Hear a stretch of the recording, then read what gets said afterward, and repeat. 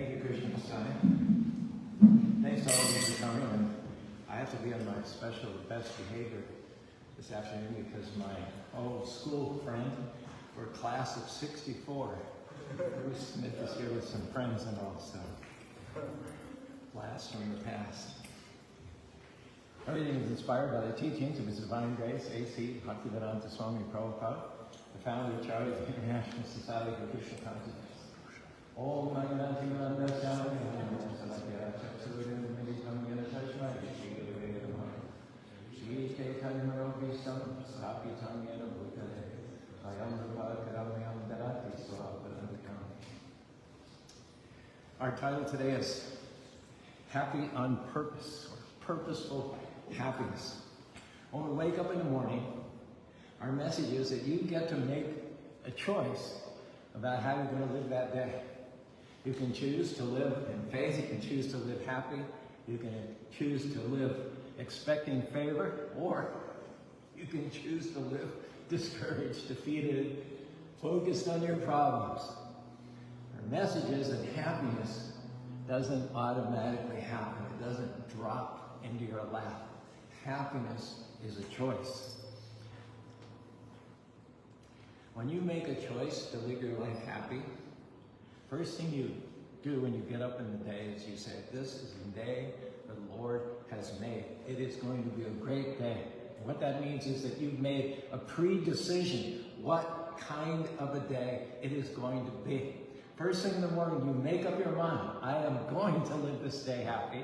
I'm going to see the good, the positive. I'm going to be grateful. I'm going to love my family. I'm going to honor God. I'm going to make the most of this day. Hare Krishna, Hare Krishna, Krishna Krishna, Hare Hare, Hare Rama, Hare Rama, Rama Rama, Hare Hare. And here's what happens if you don't make that choice. What the alternative is, then, that circumstances will decide for you. You'll see every problem, how it's not going to work out. You'll think, why should I go to work? Same old, same old. I can't believe this traffic. Office politics, the boss is grouchy. When you find yourself starting your day dwelling on thoughts like that, you may not realize it, but you're choosing. Yes, it is a choice, and you're choosing to live discouraged, choosing to have a lousy day. There's a reason why scriptures say joy comes in the morning. Every day, Krishna, God, gives you a fresh supply of optimism, a fresh supply of joy. Now you can dismiss it, brush it aside, and say, oh, this isn't for me. There's too much coming against me. Or you can open up your heart, you can receive it and say, things may not be perfect in my life, but I know that God's on the throne. He has a plan for me. He's ordering my steps, and His plans are good. Therefore, I'm going to enjoy this day. Despite the opposition, I'll be happy. Despite the things coming against me, I'll be happy. Despite people lying about me, I'll be happy. Despite my family not believing in me, I'm going to live this day happy. This is called being happy on purpose. There'll always be critics, betrayals, delays, all kinds of things that you could use as a pretext to live your life sour. But you have to put your foot down. You have to draw a line in the sand and say, that's it. I'm not letting other people steal my joy. I'm not letting what's not working out for me cause me to be sour. I'm not letting this problem at work keep me from enjoying my day. Rather, I will rejoice. I'll be glad. I will live this day happy. Hare Krishna, Hare Krishna, Krishna Krishna, Hare Hare, Hare Rama, Rama Rama, Hare Hare. What just happened in that scenario? You proved that your will power is more strong than the way that you feel. You proved that your will can counteract and overcome your emotions, your sentiments. So here's the takeaway. Don't wait until you feel happy to be happy. Decide first that you'll be happy, then the happiness will come. Now the anti-Maya, the Javadas, keep us revolving in this samsara, this birth, death, disease, and all in this material world. She doesn't want you ever to get your hopes up. She wants you to buy into the lie that it will always be this way. She wants you to drag through the day being weighed down, preoccupied by all kinds of concerns. But you have to resist her. You have to kick yourself into gear. You have to affirm, I will be happy. I will enjoy this day. I will focus on the goodness of God. Many, many years ago, there was an elderly man, 93 years old. He was a guest on the Johnny Carson's show. And he spoke of all the changes that had taken place during his 94 years on earth. And he was against all of them. He spoke of the garden that he planted every spring. He introduced his 75-year-old girlfriend who had driven him to the studio for the interview. He was a really interesting, engaging guest. It was obvious that his remarks were completely off the cuff and unrehearsed. They just bubbled up out of his personality. But he was radiant. He was happy. The audience loved this old guy, and they roared with laughter at some of the things he said. Johnny Carson liked him as well. Finally, Johnny Carson looked at the man and he said, "You must have the wonderful secret of happiness in order to be so happy and full of life at 94 years of old. Can you tell us what makes you so happy?" "No," the man said, "I don't have any great secret for happiness. It's just as plain as the nose on your face. When I get up in the morning, I have two choices. I can choose to be happy, or I can choose to be unhappy. What do you think I do? I choose to be happy." And that's, frankly, Johnny, all there is to it. Your will is going to override how you feel. And a mark of maturity is to be happy even when things aren't going your way, because your happiness, your joy is not based on external circumstances. Well, true, when I get over this illness, when I finish school, when I graduate, when my marriage is restored, then I'll be happy. When this or that or the other thing happens, then I'll be in a good mood. This is the when-then syndrome. What you're doing right there is you're putting off your happiness. And if you get into that habit, there'll always be some reason why you can't be happy in the now.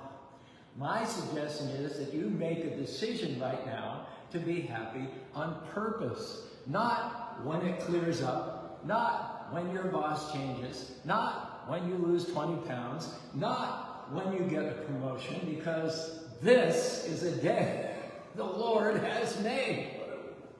If you don't get happy where you are, you're probably not going to get to where you want to be anyway.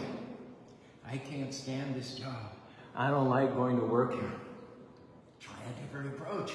Krishna, I'm happy that I have a job. Help me not to let these office politics drag me down. If you have a good attitude where you are, that's a seed that Krishna will use in order to change things for the better. But if you're all sour, disgruntled, daydreaming your way through the job, and even if then Krishna gave you a better job, when someone does you wrong there, you'll be sour at that place too, because that's your pattern of behavior. You have to put your heels down and get happy where you are. I'm not in that dream house yet, but I'm going to be happy in this apartment. I'm not married yet, but I'm going to be happy being single. That health issue hasn't turned around yet, but Krishna, I'm going to be happy while you're restoring my health, while you're changing things. You control your happiness. You control it. Nobody else. You're going to be as happy as you want to be. I wonder how much more we would enjoy life if we started choosing happiness, learning how to be happy on purpose. You can't get away from negative circumstances. I wish I could tell you, if you're a righteous, God-feeling, church-going person, I wish I could tell you that your faith will keep you out of trouble, that it will insure you against bad breaks, it will make sure that no one ever betrays you, but if I did, I would be lying to you. We don't get a pass. But what we do get to do is dig down, trust the Lord, and not allow things and people to steal our joy. Why? Because, again, you are in control of your happiness. On a morning walk, one time, Prabhupada said, trying to find happiness from this body, that's a mistake. The happiness we want is in the spirit soul, not this body. Happiness as children, as expansions of the all-blissful Supreme Personality of Godhead, happiness is our legacy. Happiness is our right to claim Ananda Maya Vyasa. Every single living entity wants happiness. The problem is we don't know where to look for it. We hear in this world, the pleasure principle is the guiding principle behind all of us. The problem is we're trying to get happiness to this body, which is dead. The body is dead from the very beginning. And we're trying to get happiness, juice, life, by squeezing dead matter. Happiness is described as being where there is the Lord, where there is service to the Lord, and where there are the Lord's servants. Sometimes we look at our circumstances and we don't see anything to be happy about. We might be fighting cancer, going through a pandemic, having trouble at work. There's nothing happy inherently about that. But the reason that we can nevertheless be happy is that God, or Krishna, is on the throne. He controls the universe. He's our provider, our healer, our vindicator, our way maker. We can be happy because the most powerful force in the universe is on our side. We can be happy because when things come our way that are meant for our harm, He knows how to turn them to our advantage.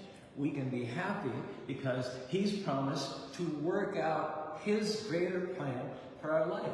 And that plan, no person can stop it. No bad break, no sickness, no addiction. All the forces of darkness cannot stop what God has ordained for your life. Hare Krishna, Hare Krishna, Krishna Krishna, Hare Hare, Hare Rama, Rama Rama, Hare Hare. We're not here by accident. Krishna caused you to wake up this morning. He gave you the strength to get out of bed. He crowned you with favor, put seeds of greatness in you. He calls you more than a conqueror. He calls you the head and not the tail. One way we honor Krishna God is by living happy. He didn't create you to drag through the day, overcome by problems, discouraged by disappointments. No, the day is a gift from God, and we should feel a responsibility to live it in such a way that God Himself is honored. Again, Prabhupada says, Ananda Maya Vyasa, by nature, we're happy.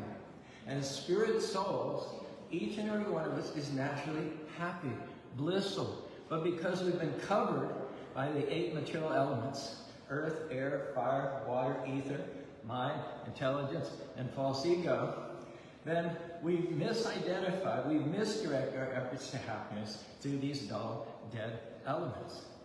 We can never be happy with matter. The material world means that everybody's working hard just for the body.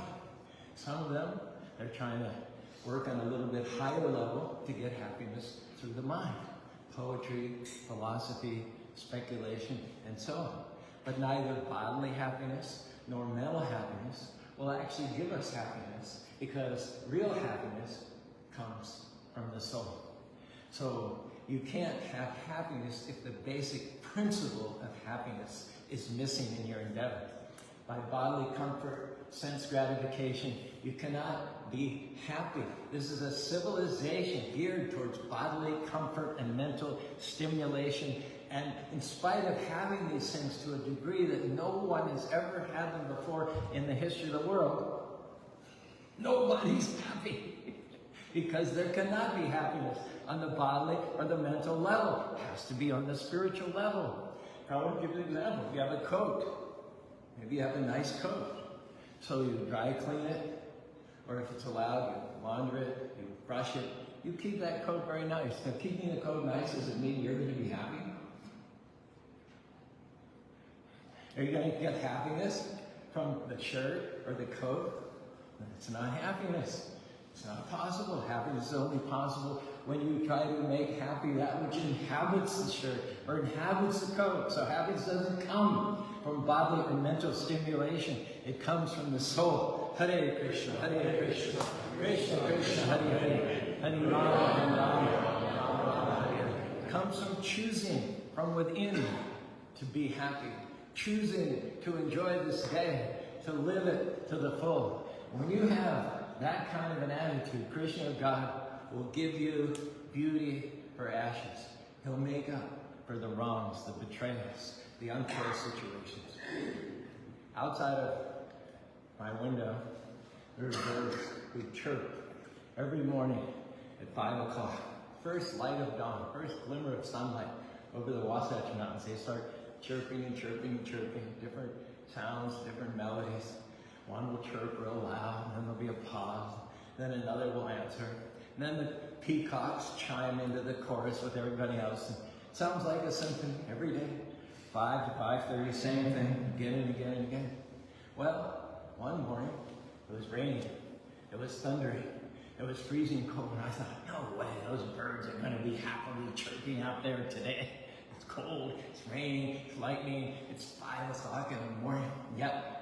Right on cue, the birds came on louder than ever. I wanted to say to those birds, why are you so happy? Don't you know that we're in political turmoil? Haven't you read the news? All the problems in the world, prices are high, the supply chain is messed up. How can you be singing? What if you don't get your worms today? It's interesting how Krishna has put something in those birds to start every day off singing. Doesn't matter what the day is like. They're basically affirming, life is good, we're happy, we're going to enjoy this day, come what may. What would happen if we adopted that same ebullient attitude, praise every morning, like those birds declare, I'm not going to be moved by circumstances. I'm going to sing in the dark. I'm going to sing in the rain. I'm going to sing when circumstances are against me. I'm going to sing in the cold. I'm going to sing when I least feel like singing. I'm going to make a choice to be happy on purpose. At a time when we could be discouraged, we could be complaining. Instead, we're affirming that we're spirit souls, we're eternal, we have a loving Father, and we're going to live this day to the full. Hare Krishna, Hare Krishna, Krishna Krishna, Hare Hare, Rama Rama, Rama Hare Hare. Possibly one reason those birds are happy is they haven't watched the news. They don't scroll on Facebook. They have zero screen time. They haven't read the paper. They're not on social media. No one has told them that they're supposed to be worried, afraid, upset. They actually believe, can you imagine that their Heavenly Father is in control. They've seen Him take care of them in the past. And they've actually believed that He'll also take care of them in the present and in the future. So maybe take a page from them. In order to live happier, you might just have to tune some things out, because you can't take in the negative and stay in faith. Things that are of a good report, things that are positive, things that are hopeful, these are the things that we're meant to take in. Our thinking has a lot to do with our happiness. You can actually think yourself depressed. You can think yourself into a bad mood. You can think yourself as a victim, or you can say, yes, I've had a lot of difficulties. I could be sour, but I'm not going to think myself down. I'm going to think myself up. I'm going to think myself happy on purpose.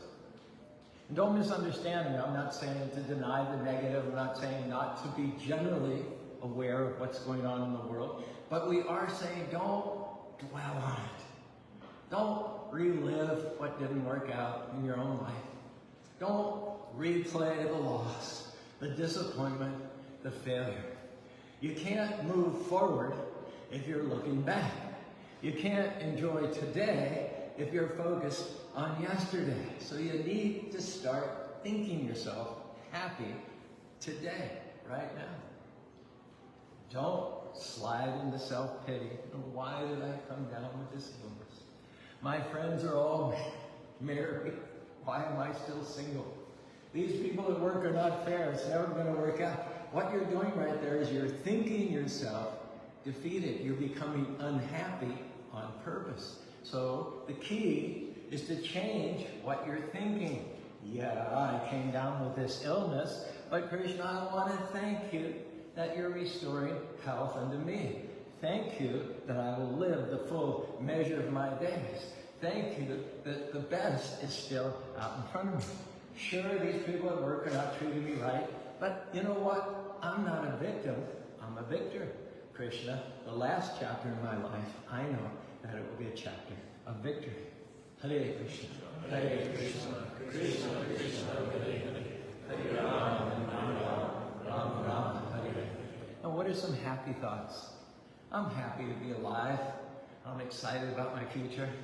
I believe that God has taken me from glory to glory to glory to glory. I believe that I haven't seen or imagined the great things that Krishna has in store for me. And when you think these kinds of happy thoughts, not only is it going to lift your spirit, but that attitude of faith allows Krishna to actually take you from glory to glory to glory. You're giving God permission to show up and show out in your life. In the Bhagavad Gita, 6th chapter, 21st verse, Krishna says to Arjuna, quote, the stage of perfection is called samadhi or trance. Once one's mind is completely detached from circumstances, good or bad, hot or cold, honorable or dishonorable. One chooses to see the spiritual self by the pure mind. In that joyous state, one is situated in boundless transcendental happiness and enjoys himself through transcendental senses. Established thus, one never departs from the truth. And upon gaining this, one thinks there is no greater gain. As we said before, what we all have in common is that we all hanker after happiness, either materialistic or spiritualistic. But the difference is the materialistic persons are satisfied with temporary happiness. However, those who are yogis, spiritualists, they won't be satisfied until they tap into the unlimited source of spiritual happiness, eternal happiness, happiness which is tempered by transcendental knowledge. And they know that when circumstances don't go their way, it's no big deal. It doesn't stop you from keeping to choose happy thoughts, from keeping a song of praise in your heart. It doesn't stop you from thanking God that He's available and working in your life. It doesn't stop you from being grateful over the same circumstances about which other people are complaining.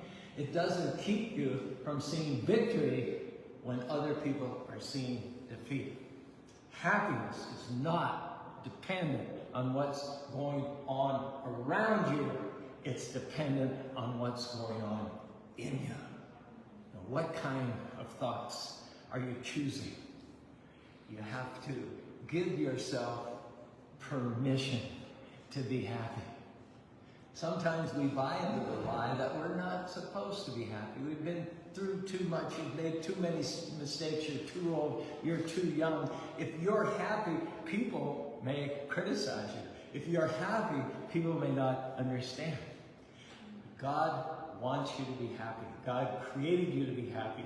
You're supposed to be happy. You're supposed to enjoy your life. You're supposed to laugh, to smile. Happiness starts on the inside. Give Krishna or God something to work with.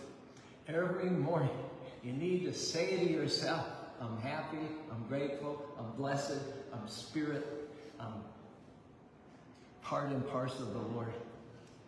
And if you can't receive happiness, then what's going to fill that vacuum is sadness, depression, negativity. Make an assertion, make an affirmation, especially in the morning. Bless yourself with your thinking. Believe me, you will start thinking happier, and as a result of thinking happier, you'll actually become more happy. Just a quick story. This is by an author named Tim Hansel. He talks about a friend of his that has no hands. How's that for being dealt a bad hand in life? He has hooks for hands. He uses these hooks so well that he plays tennis. He rides a bicycle. His name is Mark. Sometimes he just takes off his hooks and functions only using his wrists. So one day, Tim and Mark went to the grocery store and Mark didn't have his hooks on. So he used his wrists to pick up items and drop them into his grocery cart. And he was picking up some cereal. Two boys, 6 or 7 years old, watched with their jaws down in disbelief. And they asked the inevitable question, "Mister, what happened to your hands?" Mark said, "Oh my gosh, where are they? I must have left them somewhere here amongst the cereal boxes." So the boys quickly joined in, and everyone's searching for his missing hands. And the hand with the handicapped fellow was just having a ball. And when they couldn't find his hands among the cereal boxes, he turned to the boys and said, "You know what? I washed my hands this morning. I think I left them lying by the kitchen sink." So Mark did what I'm asking you to do. Thank you, Lord. I know you're in control. My happiness has nothing to do with the body, with the mind, and everything to do with my soul, which is part and parcel of the Supreme Soul. I rejoice that it's a good day. It's a day I'm going to have fun. It's a day I'm going to smile and laugh. It's a day I'm going to live to the fullest. A blessed day. I may not have hands, but Lord, I've got wrists. So thank you for those. He was saying, even though I'm not where I would like to be, even though I don't have all the limbs that others have, even though I'm not like other people, and even when things aren't necessarily going my way, I am not going to choose to fall apart. I'm going to choose to make the best of every circumstance, to think happy thoughts, and to thank Krishna, God, that I'm alive, that I have purpose, that good things are in store. Ask yourself, are you making yourself sad? Are you thinking yourself discouraged? Are you describing yourself as a victim? Well, maybe it's time to turn it around and start thinking happy thoughts on purpose. I believe that spiritual people, people who claim to be God-centered people, they should be the happiest people on earth. There should be a difference between God-loving, God-centered people and people that don't honor God. When the God-centered people go to work every day, it lights up the office. It changes the atmosphere. When those who are without God consciousness go to work, when they're complaining, when they're discouraged, when they're talking defeat, those who are God-centered never fall for that bait, never fall into that trap. They keep a smile on their face. They keep treating people right. They keep thinking happy thoughts. And I'm sure, coming to the conclusion here, that you all agree with me. The world today needs more happy people. There's so much sadness, so much depression, so much despair. And if you're not happy, if you're not careful, you will end up letting what's going on around you get in you. And that's why every morning you have to choose to be happy. Not, I feel this or that, the other thing, but I will rejoice, I will be happy, I will enjoy this day. Hare Krishna, Hare Krishna, Krishna Krishna, Hare Hare, Hare Rama, Hare Rama, Rama Rama, Hare Hare. Prabhupada writes in the purport to the Srimad Bhagavatam, 5th canto, 5th chapter, 1st verse, you are all after happiness, but why are you struggling so hard in this material existence? For happiness. Why are you after sense gratification? For happiness. Why do you want to possess things? For happiness. Why do you want to become beautiful? For happiness. Why do you want to eat so many things?